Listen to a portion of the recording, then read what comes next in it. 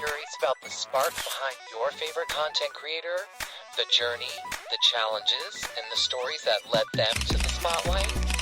Dive in with Giorgio Takanakis, known as Giorgio Says, and the mystical Natalie Rogers from Femme Tarot. Every week, one guest, countless stories. Let's get the conversation started. All right, my friends, welcome back to another episode of Creating the Creator podcast. I am with my lovely, lovely co-host, Natalie. And today, Natalie, we had probably one of the best conversations we've had so far with Elle Murasaki from Stripped podcast. And you may remember her initially as Housewives in Chit Chat on TikTok and Instagram.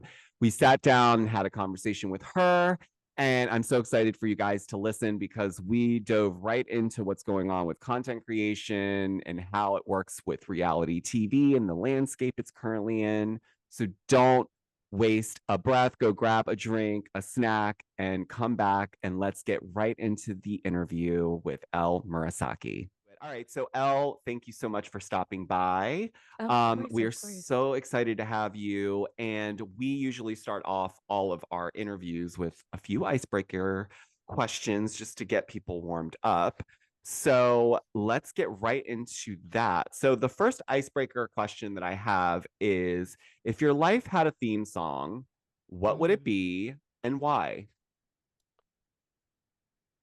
Wow. If it had a theme song.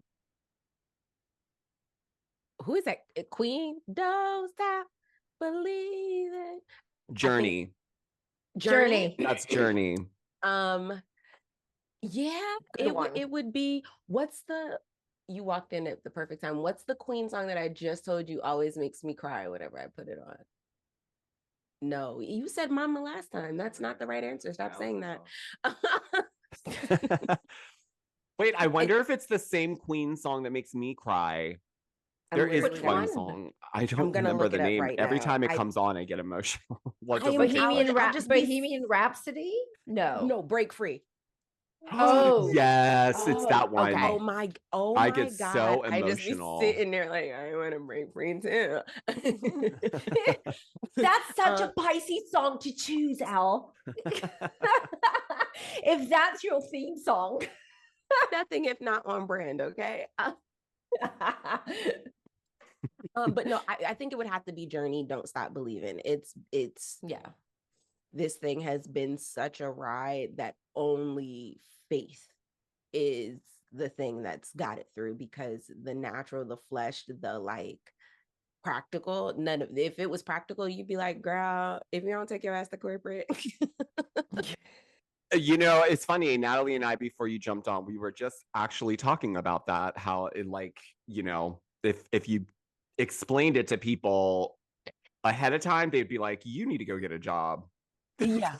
If somebody had explained any of it from the moment my husband was like, go pick out a ring. If somebody had explained what I've been through, just my journey, right? I'd be like, no, that's good.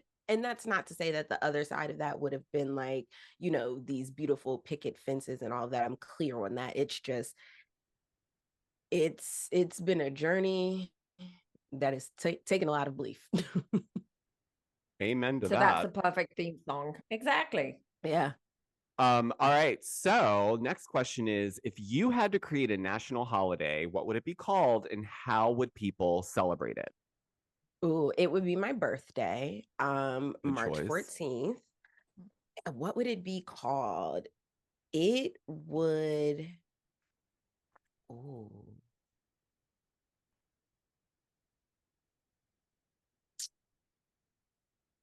the holiday would be called What the L.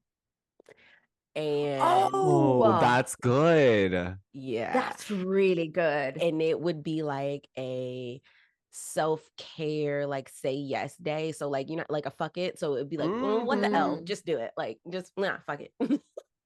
Treat yourself, if you will. Okay, well, we need to get that holiday that. In the system immediately. I don't know who to call, but let's call them. Call your local governments.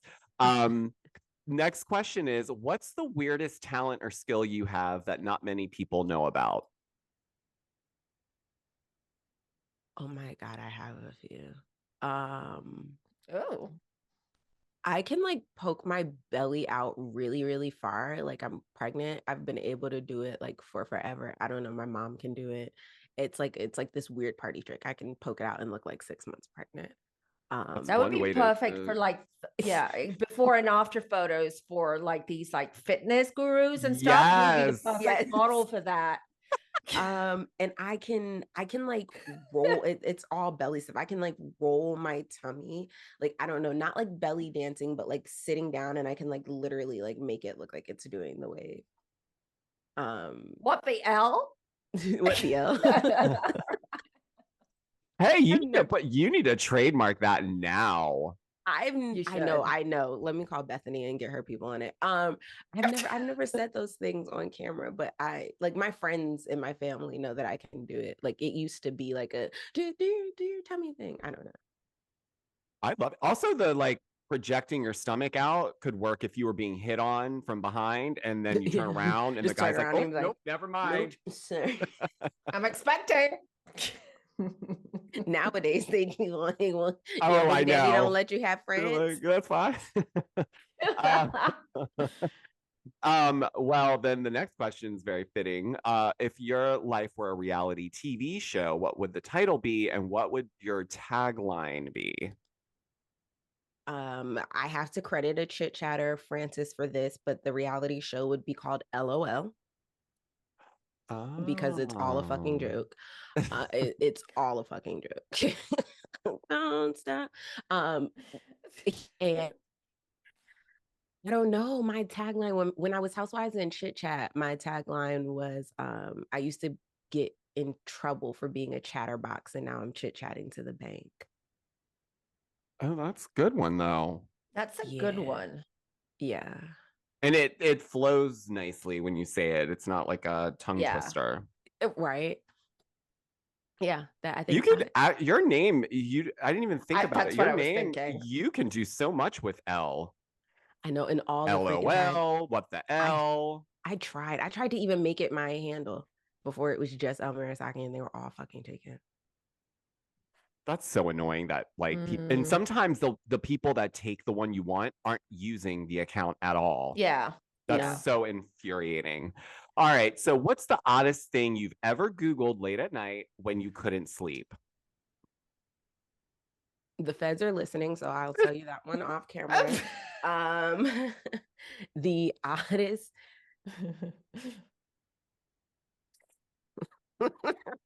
These are really icebreakers, bro. I told you we want to warm you up. Okay, I had to tell you why I did it in order to make it make sense, or else the feds really won't come. Have you guys seen the movie Mr. Brooks with that's not Mel Gibson, Bruce Willis? Oh, yeah. I Okay, think right. so. So he was like a serial killer, and he had the incinerator in his like man cave area, and so he would just instantly cremate the people that he killed. Oh, yes, I've seen this. Okay. Right. So naturally, I needed to know at what temperature like a body could decompose because I was very interested to know if like the grill got hot. I just wanted to know, like, Oh, and does it let off a stench too? Because that was very important. Because if you're planning this Law and Order show and it does incinerate the body, if it lets off a very distinctive smell or something that like makes your neighbors like, oh, I smelled something weird, then you're caught, right? So you got to know these things. whoa. Elle is channeling her inner Dammer here. You know, she's It like, was just, I literally, how can I get away with murder? Well, my pet peeve is the lack of police presence, like in shows and movies. So, like, when you do something that in real life obviously would have triggered the police, and it doesn't happen because we're fitting the storyline into a movie or into a show, that bothers me. So I always want to know like how true or how close to the facts we're getting. You are Like, trying to see how realistic it is. right, all right. Like, I'm not really Gotcha. trying to off No, somebody, obviously, but I obviously. just wanted to know like just where the truth and the fiction, where the divide was. Let me just stop you there and say to everyone who's listening that Elle is a Pisces with a double Scorpio. So this is the most Scorpio thing I've heard in a while. Just saying.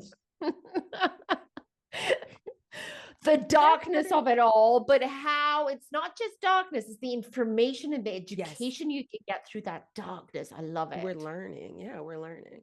We're learning, right? Mm-hmm. Learning and growing, baby. All right. So if you had a personal theme song that played every time you entered a room, what would the song be and why? Tamar Braxton, She Did That. Oh, okay. I love that song. It's so good. I love Tamar. Tamar. Is a Pisces as well. I don't know. I identify with that song. It's like, she did that. And it's like, yes, bitch, I did. Like, no matter what it is. Like, it was me. It was me. It was she. It was her. We did it. Like, yes. I love it. Last icebreaker question is, if you could have any animal as a sidekick, which one would you choose and what would its superhero name be? If I could have any animal as a sidekick, that bitch would be an elephant. An elephant. That's what me and my husband call them, elephants. Because her memory is long. You seen what she did to them people that came? Like, she went back to the funeral and picked that dead woman up saying? and remember. They remember everything. That's why I love elephants. I don't know why. They just make me feel emotional. Yes, they're so same. They're my spirit animal. There's just something about them that's just so respectable and, like, dare I say, chic at the same time. Yes, it's just very straight shit. Yeah, it's the very. But yeah, no, I love elephants for that reason. Just for that reason. And what would her mother name remembered being her child. And no body shaming with elephants. Hello, they're chic and elegant. You know, the way they are.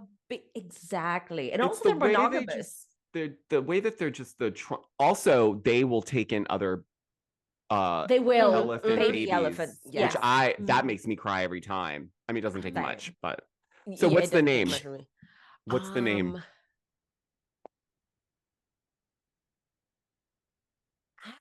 She has to have. It's got to be a superhero name. It's got to be good.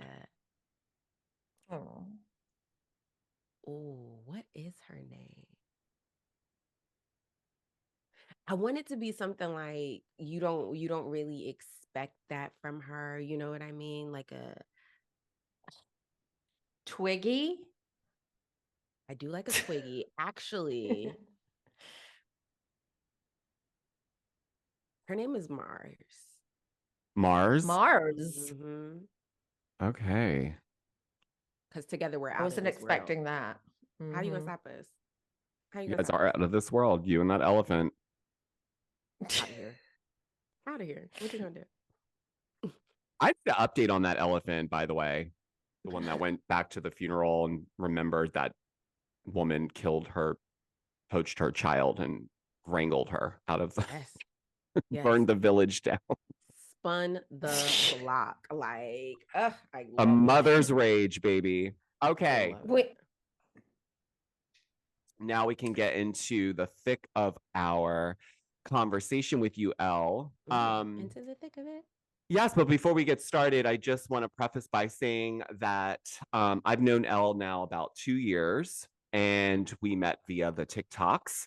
But Elle, in many situations, content creators find their niche over time. But from where I sit, it almost feels like the niche kind of found you, if you will. So can you kind of walk us through that serendipitous journey from how you started posting, or what got you initially to start posting that kind of led this niche to kind of fall into your lap? Serendipitous is indeed the right word. So I had a business, Scotland and Maine. It existed before the pandemic, and it kind of we adapted for the pandemic. But it was a business focused on self-love, self-care, just showing specifically women that it didn't have to be this big drawn out practice. We did sound bowl meditations. I sold crystals, crystal bracelets, which then during the pandemic turned into virtual meditations and things of that nature. Um, while I was doing that, I got scammed by somebody who presented as a friend, somebody I thought was a friend. And once that whole situation ended, I tried to jump back into work. I had a meditation scheduled, and the person kind of just like came, dumped all their issues, and then flaked, like didn't do the rest of the process. Um, so we would do like almost like a consultation, if you will. Like, what do you want to meditate on? This, that, and the third. Okay, great.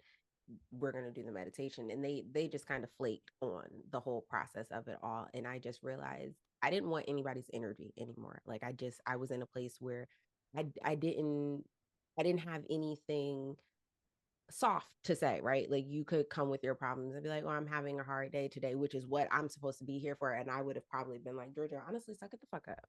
Like, get the fuck over it." And while that's needed, sometimes that's not how I wanted to approach things. So I felt like I just wasn't at a place to absorb it. So I put it down because I felt like it was too heavy, and that wasn't the point. And then again, I didn't want to know anybody. I hated the fact that somebody really played on the fact that we were friends, because that's just who I am. Friends, family, that's important to me. So to know that about me and to play on it, I was just like, I don't want to know anybody. So I deleted all my social media apps, Twitter, Facebook, Instagram. I deleted everything. And I downloaded TikTok. I was like, let's see what they doing over here. For the first time in like years, I wasn't working. I didn't have any like business requirements to meet. And so I said I was going to enjoy it, and I was going to watch Big Brother. It was season 23, the cookout season. Um, with just no expectation. There was no content to make at that point. So I was just in the bed binge watching Big Brother. I made one video about that. So I had three videos at the time when I met you. You were my third. I made one video about Big Brother. I stitched a Hey You video about Erica in Beverly Hills because I was watching that at the time. I've always watched Housewives.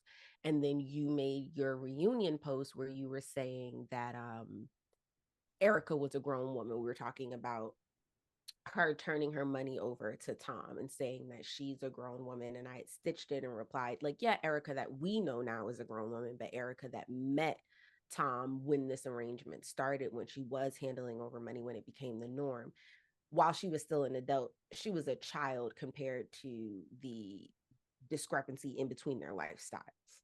Mhm. So and you reposted that. I think I got in the shower with like 4 followers, and I got out with 4,000. Like I never had to like the minimum requirements, like, oh, you have to have like 100,000 followers. Like I never had to do that. Your video catapulted, your duet of it catapulted it, so that I just instantly was able to go live. I didn't even know until I made a backup page that you had to have a certain amount of followers to go Yes, I live. know.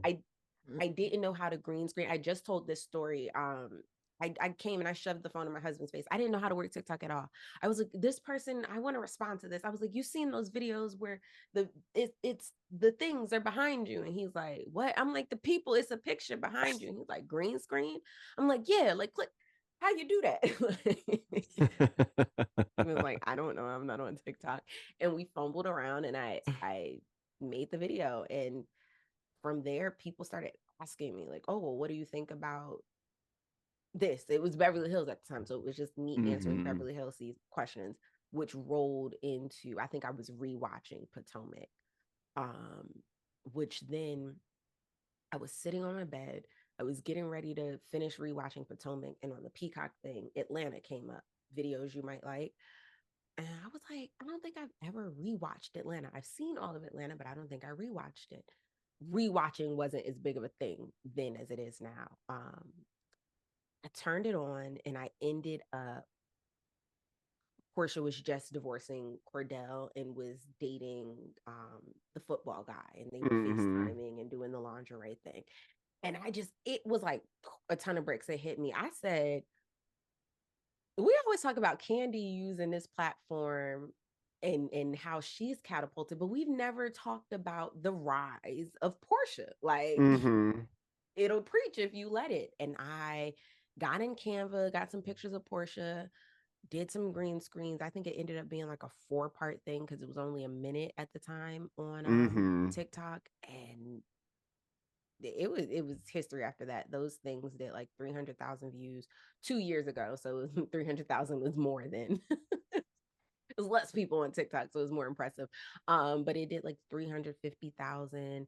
That catapulted into Dorit Kemsley as Moira Rose. I was like, oh, you guys like that? I can do this. Oh my God, I remember when you did that series. That was funny because it was so connected to the Dorit stuff. So funny. And see how the timing is everything, because Elle, you catapulted like on TikTok at a time during the pandemic when most people were just doing like dance videos and banana cakes and fitness videos, and everyone was trying to navigate. We all did. I mean, that was like, we would buy like, kilos and pounds of bananas just to make banana cake. But and Giorgio as well, and I think this is the greatest success of Giorgio, is the fact that he started TikTok and talking about Housewives and the Bravo shows at a time when TikTok was just, everyone was trying to figure out what to do with TikTok. Everyone's like, oh, this is cool. That. No one was doing that. Yeah. So but to me, Kempire was doing it first in my eyes on TikTok. Well, that's what I was going to say. Because I remember seeing him and being like, how is he going to give us a full... I remember... True. This, I remember this to a T. I was sitting on my couch. It was nothing else to do, like everybody else. And I remember scrolling dance, like normal. And then every so often I would get Kempire pop up, and you couldn't do more than 60 seconds, and he always started his videos, here's a recap of under 60 seconds of da da da da da. And I'm like, how is he able to do that? That's really fucking cool. Yeah. So I always, without directly saying it, he kind of inspired that visual aspect of it, because I hadn't seen anybody using a green screen and talking in front of it as if it was like, like almost like a little short newscast. Yeah, it almost felt like a short little newscast. That's what it was. You, in my opinion, and I don't know who else is out there, so no disrespect, but it was Kempire, it was you, and it was Queen Board, right? So after I posted it. I've got 4 followers on TikTok. I was completely fine shouting into the abyss. Maybe one person will see this. I was cool with that. I get in the shower, I get out, it's at like 23,000 views or whatever. So naturally, I'm like, okay, there's something here. Let's frame it. Mind you, I'm supposed to be on break, right? I've just quit my whole business. I've shut down a whole LLC, and I'm like, let's make it a business. So I felt like if you could repost me and it do numbers, I did feel like I had to honor the space that I was stepping into, right? Like I didn't feel like I could just turn my camera on and be like, oh, well, now I've got this. So I felt like I needed to study. So I did. I spent like at least a month literally watching you, watching Queen Board, watching Kempire. I would type Housewives into the search bar, and anybody who was talking about it, who had good lighting, who wasn't just in their bed or whatever the case may be, who looked more like, oh, I'm going to try and make this professional. I wanted to see how you did it in under 60 seconds, what you cut, what you talked about, like where it was. I did that for about a month. And then after that, I was like, got it. That's so sweet. No, I appreciate, listen, I don't think of myself that way. So it's always wild hearing you say that, because it didn't dawn on me.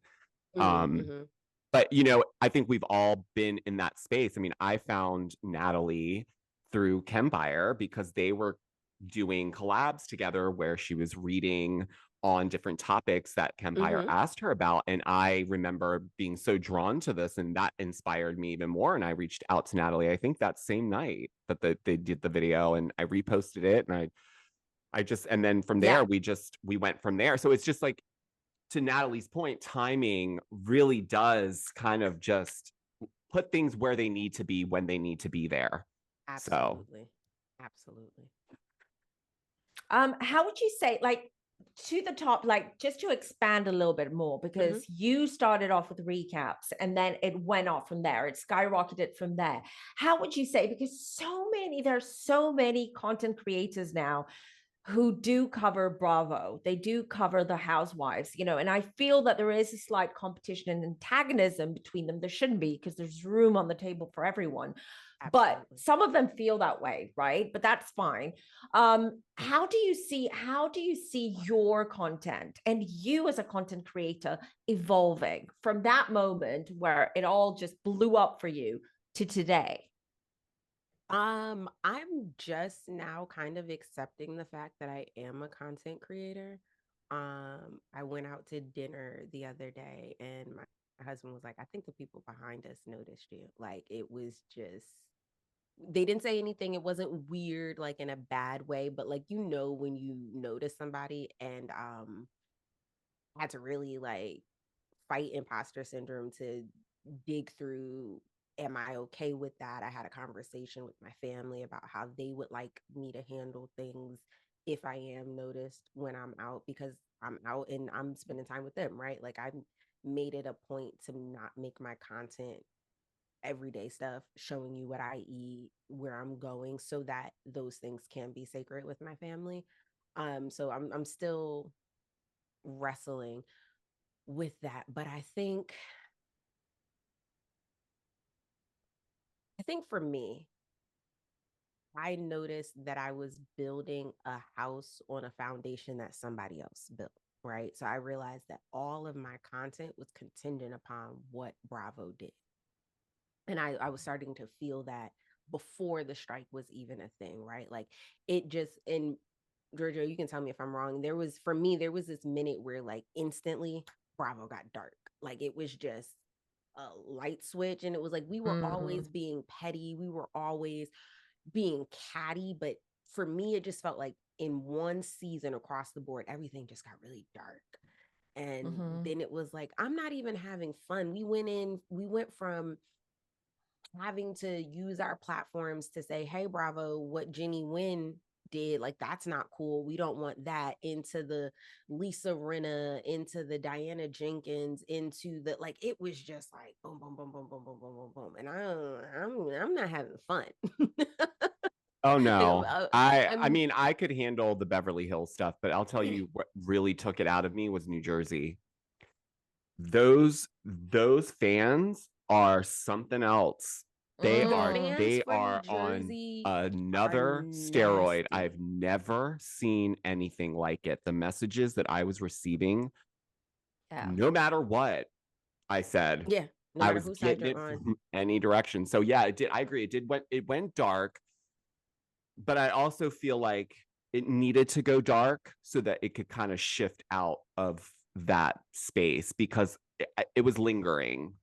It was lingering. I guess for me, as a brown skin girl, it was the Roni into the Beverly Hills, into the Salt Lake City, into the Beverly Hills, and everything was triggering for me, right? Like, I'm a Mhm. suburban girl. Yeah. I grew up in predominantly white spaces, and all of these things that were happening across all of these shows were all things that I've experienced. Like, when I'm coming here to detach, you know what I mean? When I'm Right. coming here Yeah. to get away from real life, and I'm instantly being forced to deal with things that are so real. Like, when Diana Jenkins said to Philly Diva, like, it must feel bad. Like, how does it feel being a Black content creator?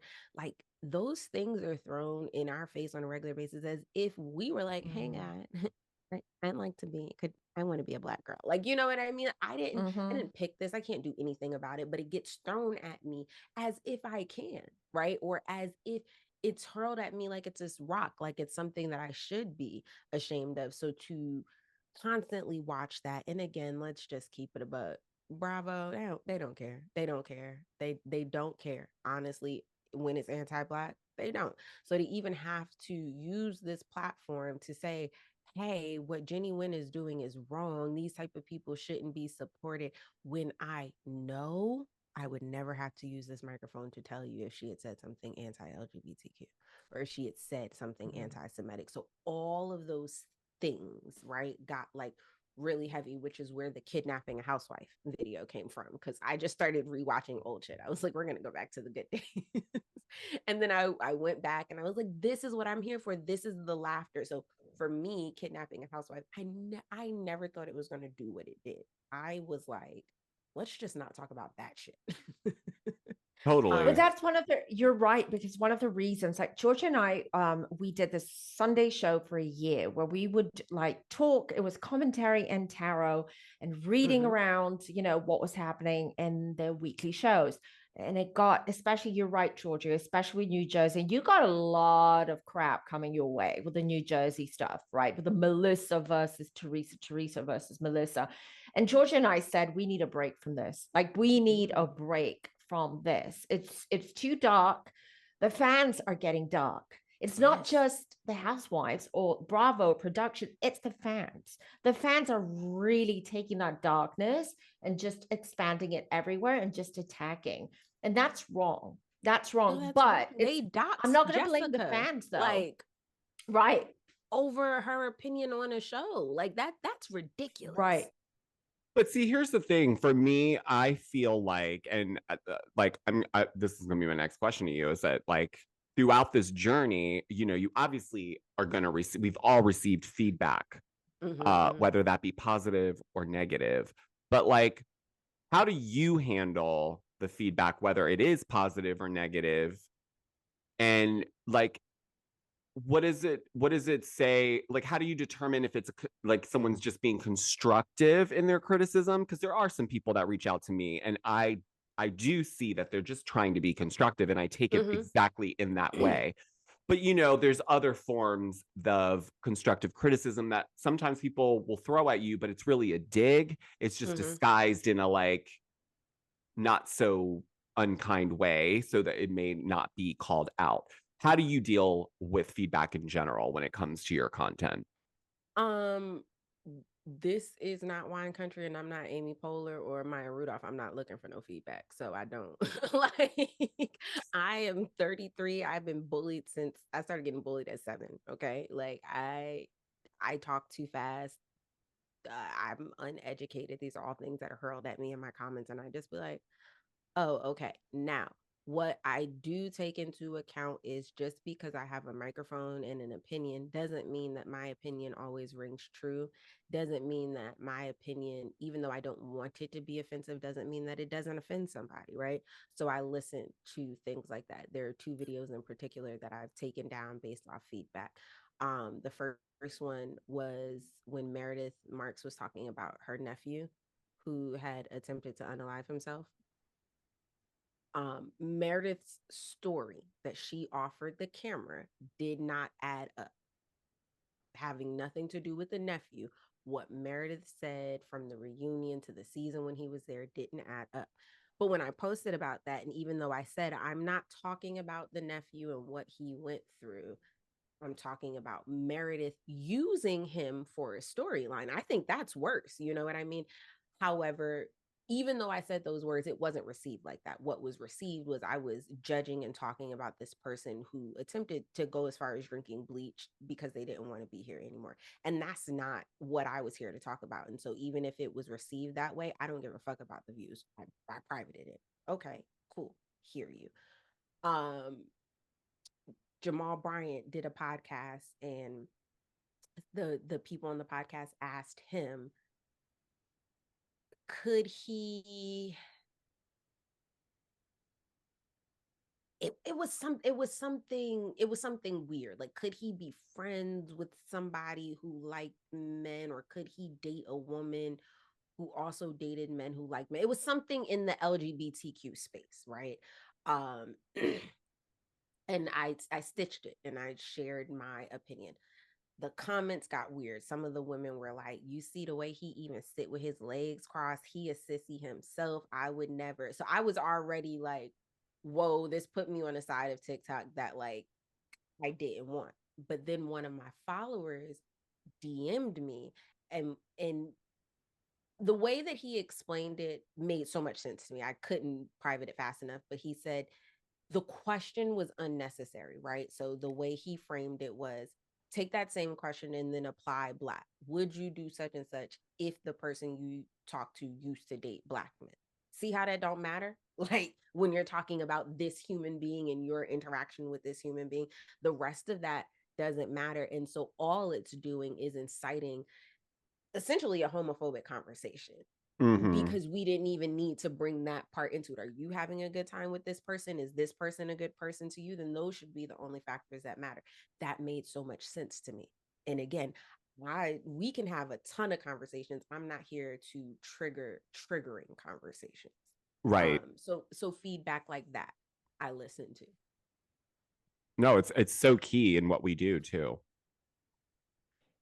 Speaking of feedback, do you feel, I mean, let's talk a little bit about the future of reality TV, because this is what we all do, right? This is our everyday. Do you think, I mean, there are two parts to this question. A, do you think that Bravo, Hulu, Peacock, all these, networks listen to the feedback of the fans when it comes to these shows, especially when it gets dark, or especially when it gets violent, especially when LGBTQIA issues come up but are misrepresented, let's just say. That's the first scale of the question. And B, what do you think is the future of reality TV, especially if the networks do listen to the feedback and do listen to the fans? I don't think they do, right? I think Mm-hmm. that reality TV now is just as big of a machine as like pop music in the music industry. And I feel like all of these things get ran into an algorithm, and what is given to us on TV are the things that the machine says is going to rate high, right? Um, and I feel like we know that to be true, because how many seasons have we said like, oh, we're over the super catty screaming and the drink throwing and the whatever, and then we come back and the same person that we're complaining about is even more of a villain than they were last season, because they've been told to ramp it up because it was good. Um, so I don't think they're listening to us. I think they listen um when the internet gets loud, the same way everybody listens, right? Like if the internet had not gotten loud about Drew Barrymore would have came back before the strike was over. If the internet hadn't gotten loud about Erica Minna would still be on Love and Hip Hop. If the internet hadn't gotten loud about Jenny Wynn would still be here. So I think once it gets to a point where they can't listen, they do. But overall, they're not coming to TikTok for, oh, what do the people like? Which I think is a big miss, right? Because there are so many Bravo content creators now who have good feedback, and all Bravo has to do is come take the meat, throw away the bone. Half of us tag Bravo, like we're doing the work for them. You just check your apps, you know. I don't tag Bravo. They don't pay me, so I'm not tagging them. Just saying. uh, I tag. I agree. I'm strategic when I tag them. I tag them when new shows premiere, so that they can know that I'm talking about them, and that if we get to the finale, there can be an invitation in my inbox to the wrap or to the early viewing of the reunion. It's worked to some degree. So I'm very strategic with when and how I add them. But anyway, a lot of people do. A lot of people add them in every video. Again, Oh yeah. it's right there. You can hire one intern to sit there and just be like, what's the feedback that you got the most? But they're not doing that because they're making money. So, and that won't change until what they're providing no longer makes them money. The future of reality TV, I feel like, especially because SAG is still on strike, um, we're getting ramped up with a ton of competition reality TV, because that's the reality TV that originally took off, right?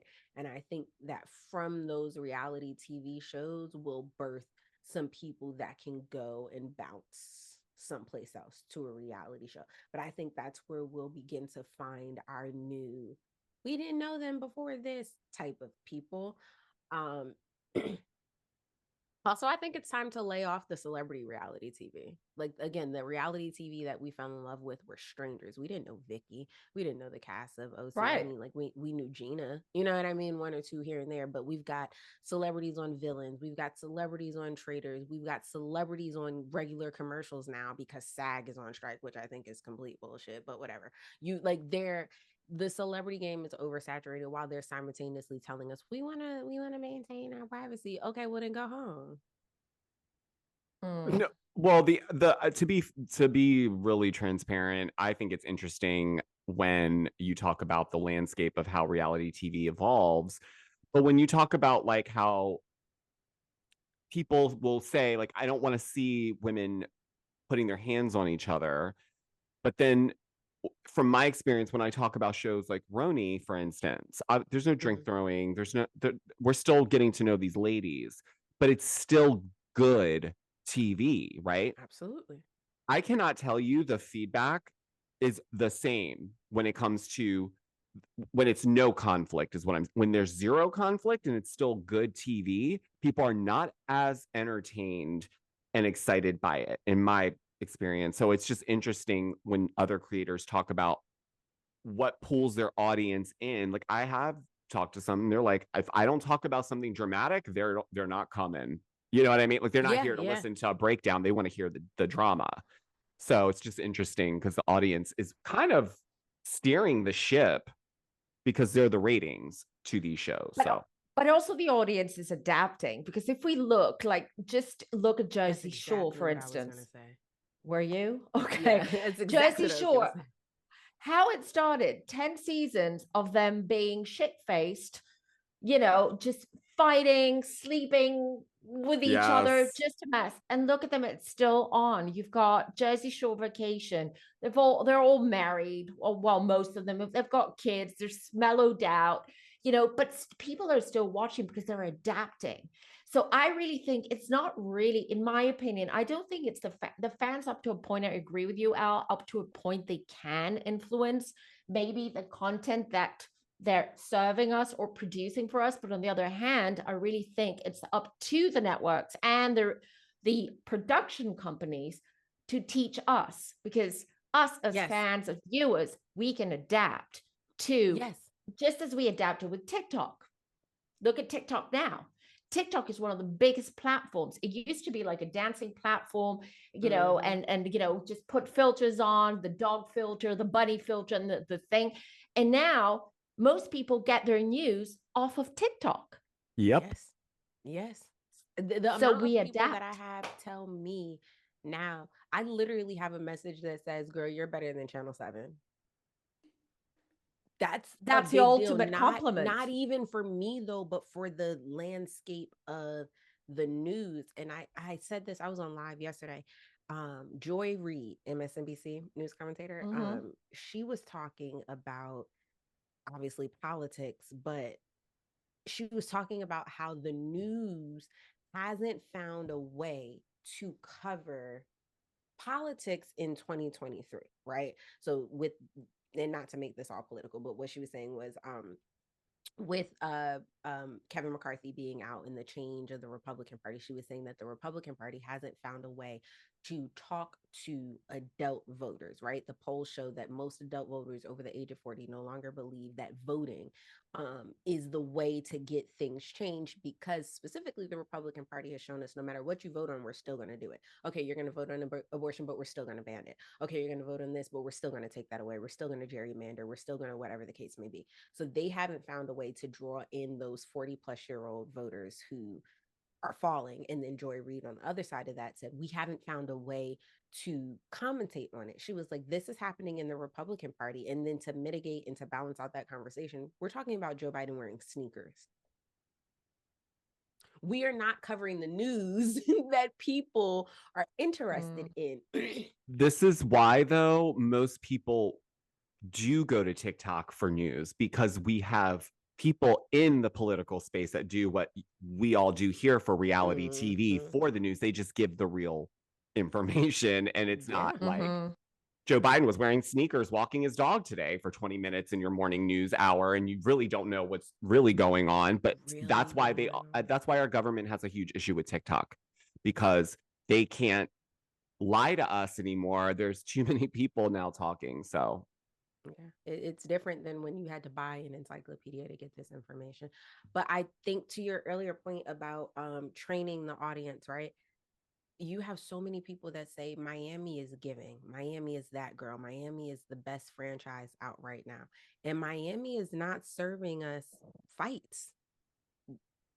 not in the like not like that. Not Mia no, it's like and the Wendy, Not table flipping. yeah, Yeah. we're not doing that. We're to me, Miami, and I think it's so successful because it feels like a real friend group. It feels like a girls' trip. It feels like if I got 5 of my friends together and money wasn't an option and we was out in Miami, this is what we would be doing. And like it's 5 girls. We're gonna have a few drinks and bitch, what the fuck did you say? We're gonna do that. Like, you know what I mean? Like we gonna be there and be like, no, you said you ain't like Jessica when we was on the plane, sis. Like, why you not saying that? You know what I mean? Like, but that's why I love Yeah. that's what I really enjoyed about what so the trailer for Miami, if you haven't seen it, which I think we all have at this point, the end is what really says it all about the franchise. It's the end when they're on that boat, right?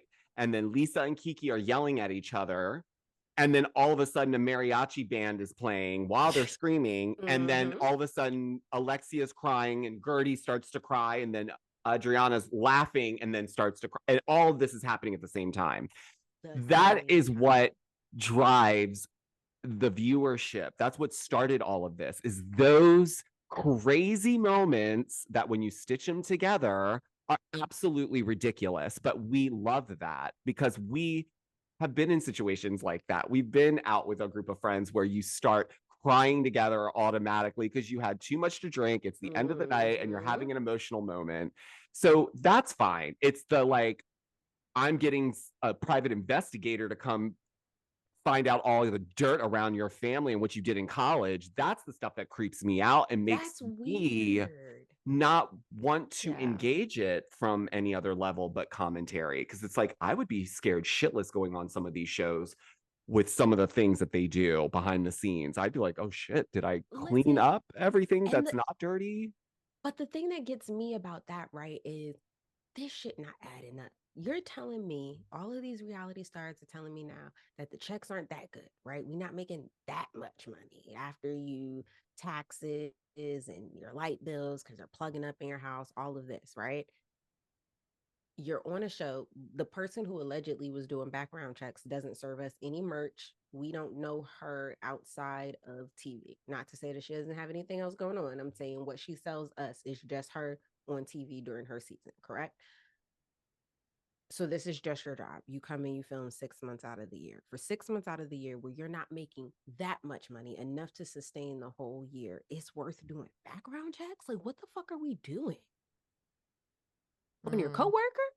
I think this got really dirty because initially what it was supposed to be about was, before the season started, you went around, you got a little gossip on people.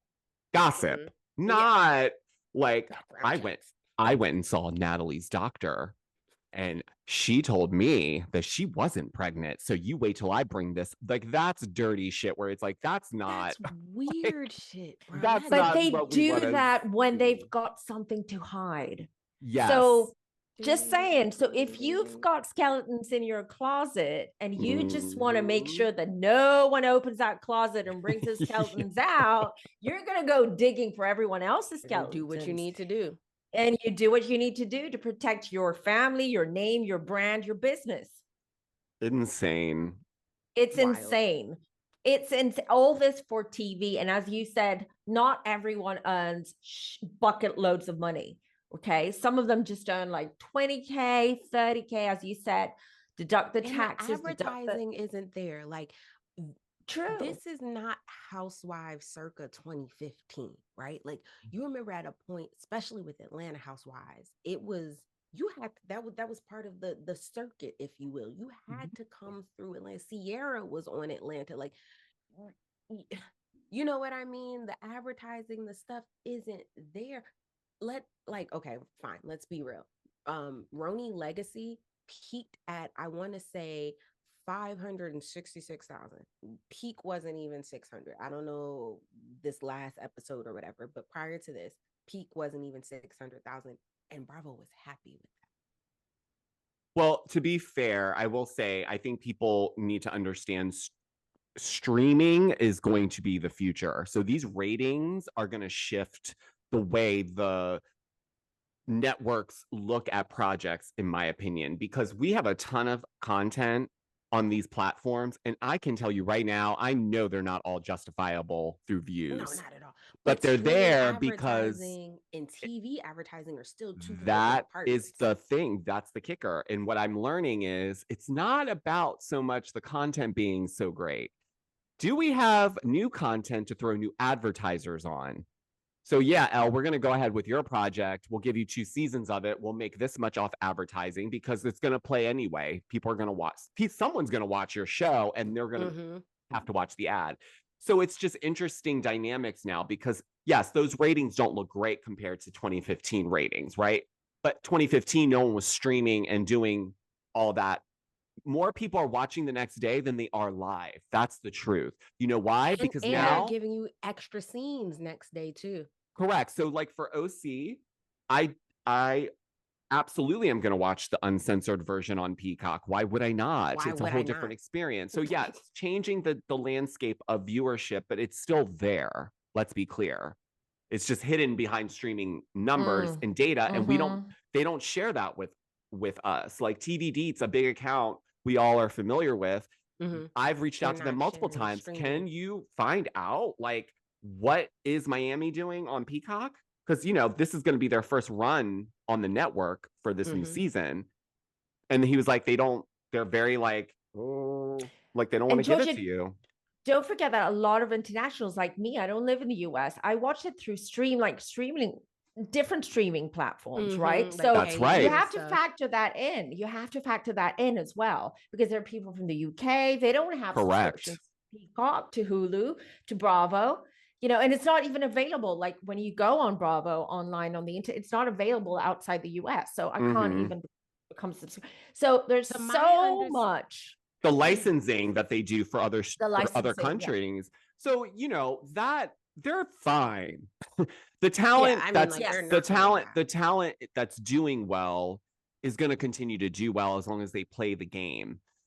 But this is part of the ride, in my opinion, is like, we're going to have these moments where things shift and move, and it's up to us as creators how we want to digest it and pivot.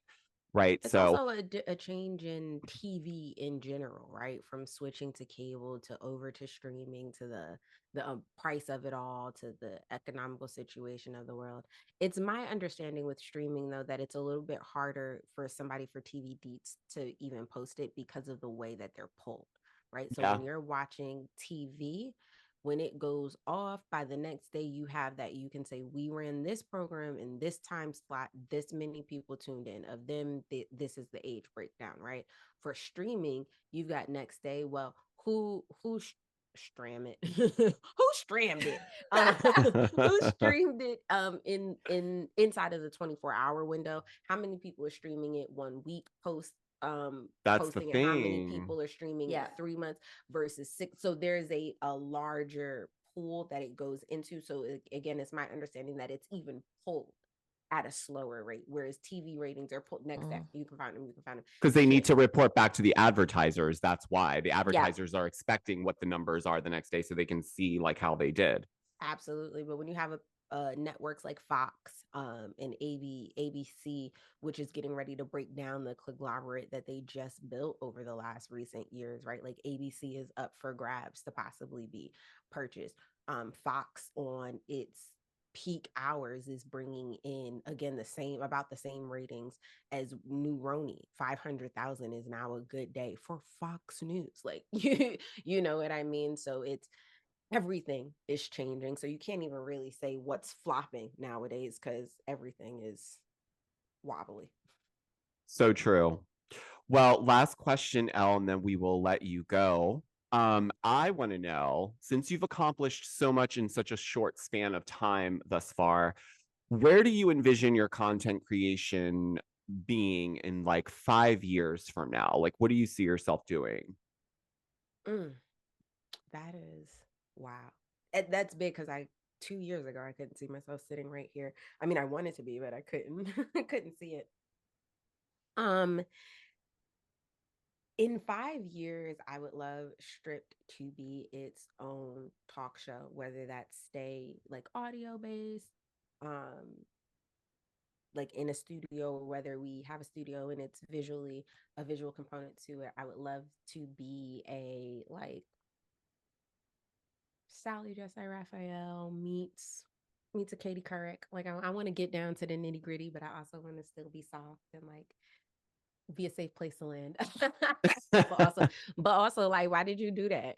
I would absolutely love that. I've got some merch and some things coming down the pipeline for Strip that I would love to see like in a Bloomingdale's, in a Nordstrom's type situation.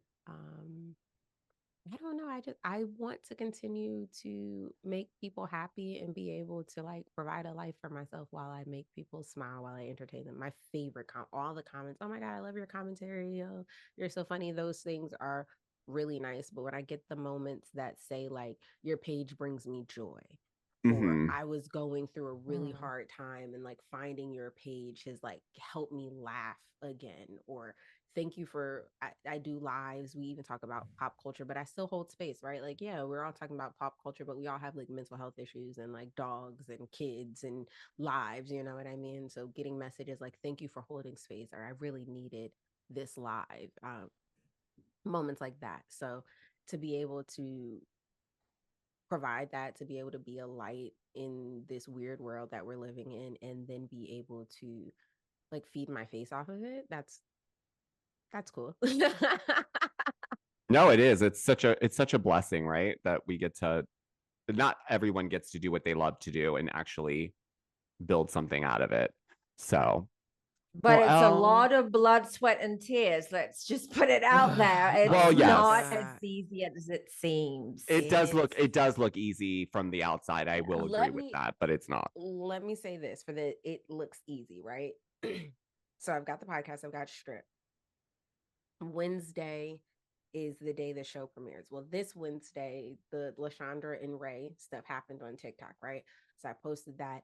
That's doing its own thing. It's bringing in followers and comments and things that I have to respond to. I'm still a wife. I'm still a mom. I still have real life stuff to do. I still have to post the episode. And then I still have to pull clips. After I pull the clips, I still have to promote the clips, right? So this again might sound like, oh, my diamond shoes are too tight, but it's just me and my husband, right? And I'm keeping up with this, and I'm staying on top of the TikTok drama. I'm responding to the TikTok drama. I'm giving you a podcast. I'm promoting it. So I fell short. The promo for the thing didn't come out on Wednesday.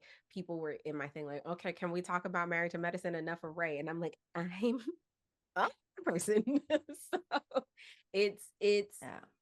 it's Yeah. fun, right? Like opening up and seeing the notifications and seeing the numbers grow. Like obviously that's why we're all here, but like it's overall it's thankless work. Sometimes, But yeah. I'm having fun. Yeah. Yeah. Well, Elle, thank you so much for joining us today. This was such a great conversation, as always. And before we go, Natalie, do you want to pull a card for Elle and maybe give her some insight as to what maybe down Yes. the road? So what we do, Al, which we didn't tell you before we started, is that right at the end, I pull a card or two just to see what's in store for you career-wise, okay? What to I'm so expect in excited. the next 6 to 8 months. So let's pull some cards really quickly. This is the best part of it all. Like, oh my God. Natalie, yay. Well, you've got my details if you want a reading. Wait, when we're finished, I have to I do readings, but I also collect tarot cards. I have a very expensive collection. Not to brag. Same. I've got drawers full of tarot. Yes, mine are behind me. This one though is my favorite. Which one is that? Oh, that's a nice one. That's with all the herbs and the Yes. that's beautiful one. This one is Wow. I did steal it from my husband. He's in the background, like, oh yeah, the one you stole from me. Shh, okay. Do you he read was like, "Oh, tarot? yeah. He was like, oh, do you like this one? I was like, oh, whatever. I think at that point I was a little bit more into Oracle. And then I just started playing with them and I love it. Ace of Swords, girl. Ace of Yes. Swords. So you have a new opportunity coming your way in the next 6 to 8 months, and this is going to be a huge one. I also see too. So I see maybe a collab or something new with someone else, because I see two of you partnering up. And then I'll pull one more, and then we have the Five of Cups. You being worried, but that's the Pisces with a double Scorpio thing, because you worry about, when things go great, you worry because you're like, how long is this going to last? It's too good to be true. Pinch me, something bad's going to happen. It's going to take it away from me. So the advice here is, trust in yourself, keep doing what you're doing, because you have a new opportunity coming your way, a great one, a partnership, and don't allow for those feelings to take over, because yes, good things come to you because you deserve it. Nothing's gonna come along and take it away from you. Just remember that. You work hard, you're a natural talent. Go with it, go with the flow, fly high. Hey, Giorgio, hit and record so I can cry now. Thank you. Oh no, we got to keep those tears in for the trailer. Yes. Oh, that's beautiful, Elle. Thank you. I received that. It's one thing when you do your pulls and It's different. right, because it also sometimes feels like, of course, this is what I pulled because it's what I wanted to pull. You know what I mean? So I don't have an opportunity for other people to read me often. So Well, now you have to connect. I know. We will, because I've got something about your husband, something about his job, or something's coming up soon. Right, in this, because I'm gonna wail. Like, what is happening? Do I take this over? Do I need to take this off so we can? We can cut this out. Oh my goodness. Okay, keep it together. You're good. Oh, before we do anything, we'll cut this out if you want. But where can people find you, Elle? You can find me at just Elle Murasaki on TikTok, on Instagram, on YouTube.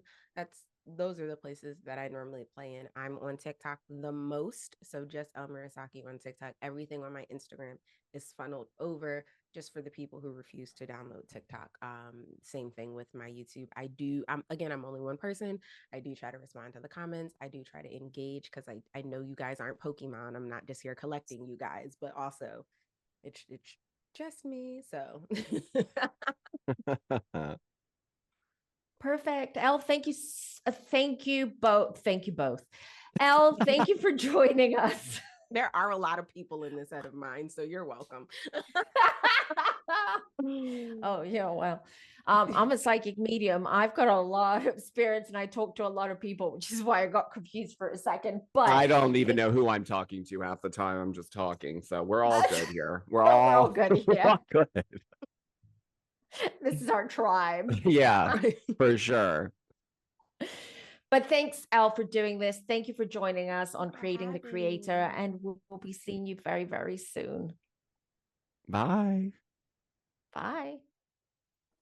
All right, guys, and that's it for this episode. Thanks for listening. And if you are listening to us, make sure you leave us a 5-star review on the respective platform that you're listening to us on. And if you're watching us on Spotify, thank you. Make sure you let us know down below what you thought of this episode. Natalie, where can everyone find us? Yes, you can find us on YouTube, on TikTok, and on Instagram.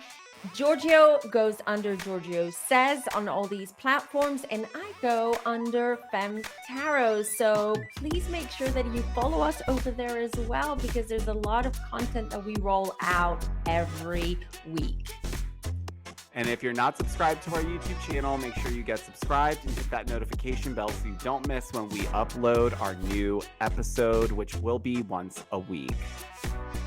And if you want to email us with your questions, what kind of questions do you want us to ask future guests that are going to be coming on this podcast. And you make sure that you follow us because we have a long list of incredible content creators that will be joining this podcast in the very, very near future. So please email us at creatingthecreatorpod@gmail.com. Perfect. And until the next episode, you guys, Natalie and myself will talk to you on the next episode. Bye. Till next time. Bye.